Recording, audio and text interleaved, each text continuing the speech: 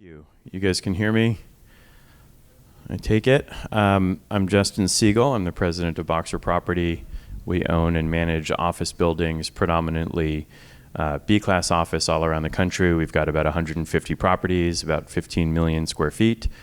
I also have a separate hat as the CEO of a technology company called Stemmons Enterprise, and finally an international staffing firm called Relay, all of which are going to feature in this a little bit. So here we go. First of all, I just want to say that I'm going to start with a bunch of history and context. I think that kind of knowing where we've been and what the context is really important for determining our strategy and then ultimately figuring out specific tactics. And this is roughly the distribution of time. So first of all, I'm going to talk about what I have seen as the role of IT in the past, call it 12 and a half years. Right? It's this cycle of identifying some kind of a problem, scoping out what we need, selecting from a bunch of different potential solutions, implementing that solution, and then delivering it to the users. Right? And this probably feels familiar for what a lot of the IT department has been doing. It's cool, it's fun. Right? The wind has been in our sails. Companies have been extremely excited about things like their innovation department and digital transformation, and our ability to pick best of breed solutions. And it just feels good to be out there on the water, with the sails full of wind. And it feels good to come to things like this. Right? This is the world that put us on planes and going to conferences and having drinks after and so on and so forth. I guess we're here now, but it's a little bit different. But this is what we've been seeing from 2010 up until recently, is basically the IT departments have been catching up and doing all these tricks, but now it's kind of changed. Right? And this is the world that we're in today. Right? So, I don't know if everybody knows about this or not, but I had some friends who were young women and they were doing a hot girl summer, and I'm like, what's that? And it was this whole thing that they were doing where they were, Instagramming and having fun and everything. And then of course summer was over, but it was fall, it was autumn. They just transitioned right into autumn. Right? And it was like, okay, it's great. Like, yeah, I know it's not summer anymore, but we're still kind of acting the same way. Right? It's winter now in commercial real estate. Okay? It's real. It's different. Right? The debt stuff is a real problem. If you're in a property that has to be refinanced and you didn't underwrite for current interest rates, you're kind of screwed. Right? We saw a property getting given back that was 97% occupied. It went back to the lender because it wouldn't underwrite even at 97% occupancy with the existing interest rates in the market today. Okay, the bank crisis is causing companies to pull back, banks to pull back. And if you're one of those people that go, oh, it's okay because we have the best properties. And so our properties are insulated from this kind of stuff.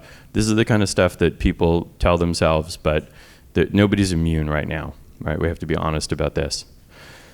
So before we talk about where we're going with this, I want to just do a little bit of looking backward.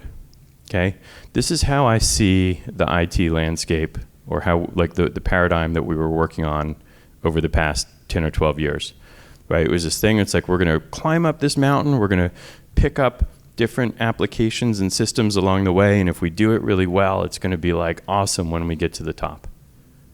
Right, and this is what we were telling ourselves. And of course, a huge industry popped up. Right, software became easier to make. There's a democratization of code. We're like this huge boom in companies getting funded and founded, and this kind of was happening all the way into COVID. Right, it peaked a little bit, but it was still very real. And what happened was we had so many prop tech companies, right? Just think about kind of how by the way, I couldn't do logos for the prop tech companies. There were too many. These are the meta organizations that sit on top of the ecosystem right? These are like the podcasts and the local groups and the advisors and the banks for prop tech, like so many prop tech opportunities. It was just wild, right? And if we think about why that is, like think about a company with a bunch of people, right? You'd think, okay, I'm going to go sell something to this company. What ends up happening is they're not really one company. They're a bunch of people who have the same brand, but they're standing on different budgets in different departments with different functional responsibilities. So what happened is we started selling into or buying, if we're buyers, on a siloed basis, right? And it felt good. It was wonderful. It was like, here's this thing. It was like, it's kind of like eating junk food, right? It's easy to grab. You get a quick rush when you start eating it, and there's lots of options, and it's kind of fun, right? And this is kind of what I feel like the industry was doing for a long time, right? Is just grabbing these little siloed applications and incorporating them, and that doesn't really work anymore, right? Here's money supply, right? Now, of course, we know what happened in 2020, but look at money supply from 2010, right? That is no joke. There was a lot of money flooding into the market. And when COVID came along, there were some interesting things that happened, right? So in these three sectors, commercial real estate was kind of a negative, right? Not a good time for CRE, right? But on the other hand, the money was still flowing, and there's a bunch of tech investment. And in my opinion, these two things kind of overshadowed what was happening in commercial real estate. Well, today it's different. We have horrible absorption numbers. The interest rates are just crushing deals. And the tech sector also is suffering because everybody was like, hey, this is going to be great. Where, all the easy money is like no longer there. The IPO window is closed, right? The SPAC window is closed. Like there's not nearly, companies are instead of funding new technology stuff, they're holding their money to make sure that the Silicon Valley Bank thing didn't mess up, their portfolio. And in commercial real estate, it's no different. I love I think this is the real deal. They have the best graphics. It kind of makes like distress look like fun, right? So anyone knows this movie, right? What are we dealing with now? This is us. This is us. What was the line? Like, hey, honey, I think we fucked up, right? So here's my vision of a technology professional in commercial real estate right now, right? It's like, what's my next act? How can I stay relevant? And specifically, what should I do like tomorrow when I go into the office? And that's what I'm going to talk about. So this is kind of my vision of how we might feel these days. We've got a whole bunch of systems. We're kind of juggling them. Some of them are really important. Some of them are just kind of fluff. They're somewhat disconnected. So let's just start with a few basic things that I would say is no new silos. We've got to declutter. We've got to unify things, bring stuff together, utilize what we have, right? Incorporate unstructured things. Like as if there's stuff that's still going on in spreadsheets and you have some system already invested in, bring it in, right? And connect things to each other. And by the way, I'm at the end of this, I'm going to give you my email and I will share this presentation with anybody who wants it. So feel free. But what we want to do is at all costs stay out of the tool aisle at Home Depot, right? There's not a new tool that's going to solve this any more than eating more junk food is going to make you feel good about yourself. So then that kind of begs the question is like, what do we do? How do we get the most out of our existing technology stack? And I use this kind of model about the food, but I'm going to do it for us, right? So the first category has to do with data normalization and utilization. The second category has to do with artificial intelligence, and the third one has to do with globalizing your workforce, which may feel a little counterintuitive, but it is absolutely within the purview of the technology team in the organization, and it's a huge opportunity. And each of these things is a little thing. I'm going to kind of run through them. At the end, like I said, I'll kind of give you the cheat sheet. But let's talk about data normalization, utilization. Not sexy, right? Not sexy at all. It's difficult work. It can be a bit of a slog. No one really loves it. Even if you're in a company where they have a data team or something, the operational people don't want to really talk to you. But here's my recipe. Is we're going to start with defining a taxonomy. If you don't have a defined taxonomy for your organization, that's a great place to start. Then we're going to focus on metadata brokerage, right? This is defining a system of record or finding the system of record and making sure that the core information in that is being used as metadata in other systems and processes. Okay, data governance, we could do a whole session on that. But if there's no data governance function in a real way, you can own that, right? It's not easy, but it's really important. And then functional integration. So metadata brokerage might require some integrations in the sense that you're tapping into one system and pulling out data, and that may be an API that's doing that. But really all you're doing is moving information back and forth. By functional integration, I mean connecting things so something happens. And that usually depends on the quality of the API and the applications that you're talking about. But there's some huge opportunities there because people just haven't thought to make sure that those things are connected in a way that's like low-hanging fruit. Common BI tools, right? So there's a lot of embedded BI in various applications. Every application has its dashboards and all that kind of stuff. But something like Tableau or Power BI or any kind of common BI tool is a really good thing to have and to know how to use and to be in charge of. And then utilization of BI. This is where you run around to different departments and different meetings and you say, hey, why aren't you looking at this in the meeting? Like, let me show you, right? It's almost like being a coach, being a BI mentor or coach or advocate. But it's amazing because just because it's there doesn't mean that people are using it. Okay, any kind of low code or no code system that is adaptable, of course, I have a company that does this, so think of this as the plug. But things that can be changed by your organization without developers to meet your needs are massively better than things where you're accepting the developer's point of view.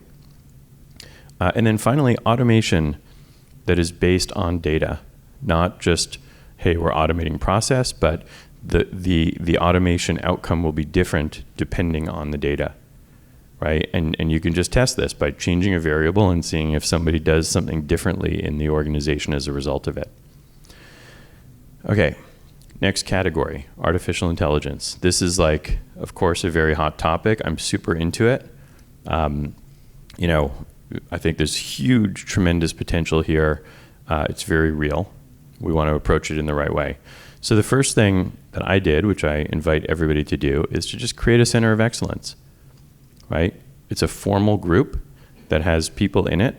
They know if they're in it or not. You might just have a quarterly meeting or a monthly meeting or some kind of discussion board. Use one of whatever application you have to kind of collaborate.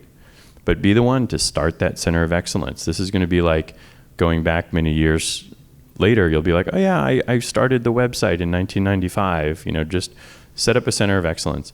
And then the next step is to look for personal enablement, right? This is the thing where like someone can do their job better by going to ChatGPT or something. It's just showing people what they can do. And it's not just ChatGPT, there's a million things. If you follow anything on Instagram that has to do with artificial intelligence, you'll get this like massive stream of tools coming in. And the easiest things to do are to pick tools where you can go to someone and say, here, use this during your job. And, it's real. There's really great opportunities in that. The next thing is to have a real process for how to select interventions, right? It's not just a free-for-all, right? We need to have some criteria, right? What are we going to do? How are we going to pick? And you can own that. Applications that have AI built into them are really worth focusing on. And I don't mean like the kind of marketing version that everybody's doing right now where they slap AI on it. I mean ones that are really doing something interesting.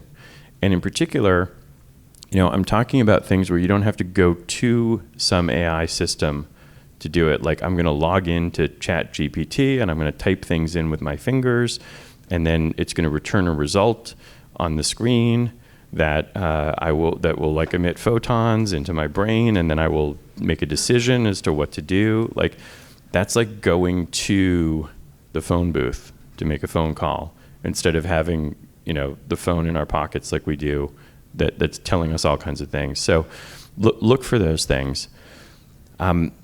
Managing prompts is actually really powerful. So does anybody here use a prompt manager? Okay, like get on this train. It's so easy and it's so powerful, right? That like writing prompts is a whole thing. It's like, how do you write prompts effectively? Everyone's kind of thinking about that. But there's one that I use called Air PRM, I think, or AI PRM, something like that. But it's really great. It's like you can orchestrate prompts and make them really good and then distribute them throughout your organization. It's still going to the system, but just being good at managing prompts is a whole thing, and there are good systems out there to do it. The next thing is stacking, right? So what we're talking about here is using a subsequent AI model to refine the outputs of a prior one, or using kind of a subsequent prompt to amplify the results of a prior one. And this is like daisy chaining, right? It's like creating workflows, and it can be very powerful. If we have time, I'll show you an example of it. But this is a trick to learn, right? If you're going one time to do something, it's like you're probably getting like 1% of the power that can come out of these systems. Okay, leveraging your own data, right? This is where the big stuff happens, in my opinion, right? It's one thing to go out to some model and ask it a question and get an answer that is based on some universe of information that they have. But if you can find ways to leverage your company's own data in artificial intelligence, that's where things really start getting interesting.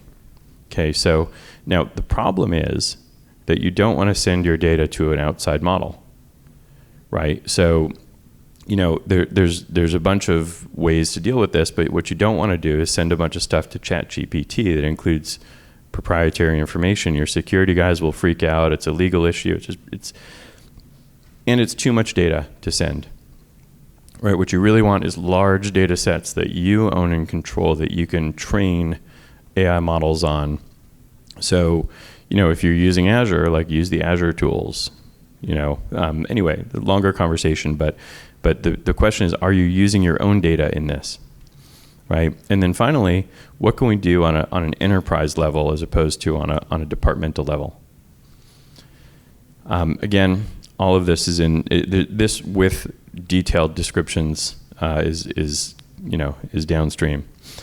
Okay, workforce globalization. I know this doesn't feel like an IT thing, but trust me, this is huge, and this is something that can make an immediate impact on your organization. It can save you money. It can save you time. Speaking of, are we out of time already? Just about. Okay. So, look, you want to make the business case. You want to make sure you have your basic technologies lined up. Disaggregating work is a longer conversation. I'm going to save this for you guys to look at the detailed version, okay? But this is something, in my company, I've got 350 people overseas supporting our U.S. operations. We save $18 million a year. We've spun that out as a separate venture for other companies to use. So these things, if you do them, however far you push these things kind of defines a shape that is the value that you create in the organization. And the more you can leverage it for the entire enterprise, the more volume that shape has. So the question is, what are you going to do to increase the value with these things that don't require extra money, in fact, often save money? And here's the slide that I said that I would circulate to people if you want it. And if you notice, my email is on there. Just send me an email. I'll send you a copy of the deck. And now, because I'm out of time, I will be available for questions or examples outside of the context of this presentation. Thanks, everybody.